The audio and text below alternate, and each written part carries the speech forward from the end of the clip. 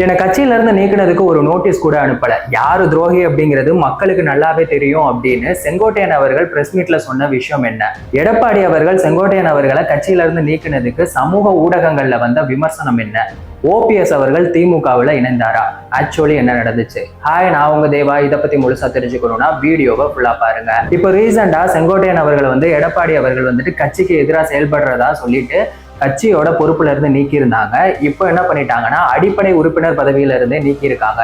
என்ன காரணம் அப்படின்னா, தேவர் ஜெயந்தி விழாவில் தேவர் அவர்களுக்கு மரியாதை செலுத்துறதுக்காக ஓபிஎஸ் டிடிவி தினகரன் அவர்கள் கூட செங்கோட்டையன் அவர்கள் போனதுனால நம்ம யாரெல்லாம் கட்சியை விட்டு நீக்கணுமோ அவங்க கூட தொடர்புல இருக்கிறதுனால கட்சியோட அடிப்படை உறுப்பினர் பதவியில இருந்து நீக்கினதா சொல்றாங்க. இன்னொரு காரணம் என்ன அப்படின்னா, 3 பேரும் சேர்ந்துட்டு சசிகலா அவர்களை சந்திச்சதுனால இதனால எடப்பாடி பழனிசாமி அவர்கள் ரொம்ப கடுப்பானதாகவும் சொல்றாங்க.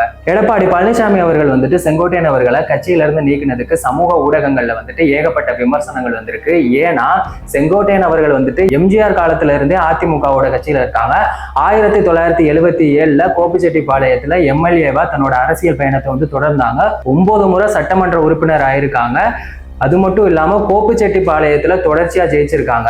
செந்தில் பாலாஜி அவர்களோட கோட்டை எப்படி கரூரோ அது மாதிரி செங்கோட்டையன் அவர்களோட கோட்டையா இந்த கோபிச்செட்டிப்பாளையம் இருந்திருக்கு. அப்படிப்பட்ட அது மட்டும் இல்லாம 40 வருஷத்துக்கு மேல அரசியல் அனுபவம் இருக்க ஒருத்தரை எடப்பாடி பழனிசாமி அவர்கள் இவ்வளோ ஈஸியா கட்சியை விட்டு நீக்கிறது எந்த விதத்துல நியாயம் அப்படின்னு சொல்லிட்டு சமூக ஊடகங்கள்ல கேள்வி எழுப்புறாங்க. அது மட்டும் இல்லாம செங்கோட்டையன் அவர்கள் அவரோட ஆட்சி காலத்துல, அதாவது கல்வி அமைச்சரா இருந்தப்பையும் சரி, விவசாய அமைச்சரா இருந்தப்பையும் சரி, மக்களுக்காக பல நலத்திட்டங்கள் செஞ்சிருக்காங்க.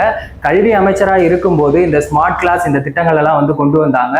அது மட்டும் இல்லாம விவசாயிகளுக்கு இந்த விவசாய கடன் தள்ளுபடி பண்றது, நீர்வளம், உரங்கள், இது சம்பந்தமான விஷயங்கள் மட்டும் இல்லாம அவர் ஒரு விவசாய குடும்பத்திலிருந்து வந்ததால விவசாயிகளுக்கு என்ன பிரச்சனைனாலும் அதை பத்தி எப்போதுமே குரல் எழுப்பக்கூடிய ஒருத்தராகவும் இருந்திருக்காரு. அப்படிப்பட்ட ஒருத்தரை நீங்க இவ்வளவு ஈஸியா கட்சியை விட்டு தூக்குறது ரொம்ப பெரிய தப்பு அப்படின்னு சொல்லிட்டு விமர்சனம் பண்ணிட்டு இருக்காங்க. எடப்பாடி பழனிசாமி அவர்கள் செங்கோட்டையன் அவர்களை கட்சியை விட்டு நீக்கினதுக்கு இப்போ பிரஸ் மீட் ஒன்று கொடுத்திருக்காங்க. செங்கோட்டையன் அவர்கள் அதுல என்ன சொல்லியிருக்காங்க அப்படின்னா, நான் ஒரு அரசியல் மூத்த தலைவர், என்ன கட்சியை விட்டு நீக்கிறீங்க அப்படின்னா அதுக்கு எனக்கு ஒரு நோட்டீஸ் ஆவது கொடுத்துருக்கணும். ஆனா எனக்கு ஒரு நோட்டீஸ் கொடுக்கல.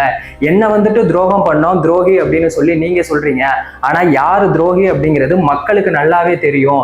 துரோகத்துக்கு நோபல் பரிசை எடப்பாடி பழனிசாமி அவர்களுக்கு கொடுக்கலாம் அப்படின்னு சொல்லியிருக்காங்க. அது மட்டும் இல்லாம முக்கியமா எடப்பாடி பழனிசாமி அவர்கள் சம்பந்தமா ஆடியோ வீடியோ இருக்கதாகவும் சொல்லியிருக்காங்க. அதை குறிப்பிட்ட நேரத்துல வெளியிட போறதாகவும் சொல்லியிருக்காங்க. இது ஒரு பக்கம் இருக்க, ஓபிஎஸ் அவர்கள் திமுகவோட கூட்டணி வைக்க போறதா சொல்லியிருக்காங்க. இது எப்படா சாத்தியம் அப்படின்னு சொல்லி கேட்கலாம். ஏன்னா அதிமுகவோட நோக்கம் திமுகவை அழிக்கணும் அப்படிங்கிறது தான். அது மட்டும் இல்லாம ஜெயலலிதா அவர்கள் ஜெயிலுக்கு போனதுக்கு காரணமும் திமுக தான். ஜெயலலிதா அவர்களை வாய்தாராணி அப்படின்னு சொன்னதும் திமுக தான். அப்படிப்பட்ட திமுகவோட ஓபிஎஸ் அவர்கள் கூட்டணி வைக்கிறது வதந்தியா தான் இருக்கும் அப்படின்னு சொல்லிட்டு நீங்க சொல்லலாம். ஆனா அதுக்கான ஆதாரங்களும் இருக்கு. அது மட்டும் இல்லாம கடந்த 6 மாசமா ஓபிஎஸ் அவர்கள் திமுகவுக்கு ஆதரவாகவே பேசியிருக்காங்க. இப்போ ரீசெண்டா மருது பாண்டியர் குரு பூஜையில கூட திமுக தான் அடுத்த ஆட்சிக்கு வரும் அப்படின்னு சொல்லியிருக்காங்க. இதுக்கு சோசியல் மீடியால என்ன விமர்சனங்கள் இருக்கு அப்படின்னா, ஒரு பக்கம் திமுக என்னடானா பாஜக கொள்கை எதிரி அப்படின்னு சொல்லிட்டு சிபி ராதாகிருஷ்ணன் அவர்களை சந்திக்கிறாங்க. இன்னொரு பக்கம் திமுகவை அழிக்கணும் அப்படின்னு சொல்லிட்டு ஓபிஎஸ் அவர்கள் ஸ்டாலின் அவர்களை போயிட்டு சந்திச்சிருக்காங்க. உங்களோட நலனுக்காக நீங்க என்ன வேணா மாத்தி பாடுபடுறீங்க, ஆனா மக்களோட நலனுக்காக யாரும் பாடுபடுற மாதிரி தெரியல அப்படின்னு சொல்லிட்டு விமர்சனம் பண்ணிட்டு இருக்காங்க. எடப்பாடி அவர்கள் செங்கோட்டையன் அவர்களை கட்சியில இருந்து நீக்கினது சரியா? ஓபிஎஸ் அவர்கள் திமுகவுல இணைந்ததை பத்தி உங்களோட கருத்து என்ன அப்படிங்கிறத மறக்காம கமெண்ட் செக்ஷன்ல சொல்லுங்க. வேறொரு வீடியோல வேறொரு கண்டென்ட்ல நான் உங்களை சந்திக்கிறேன். நன்றி, வணக்கம்.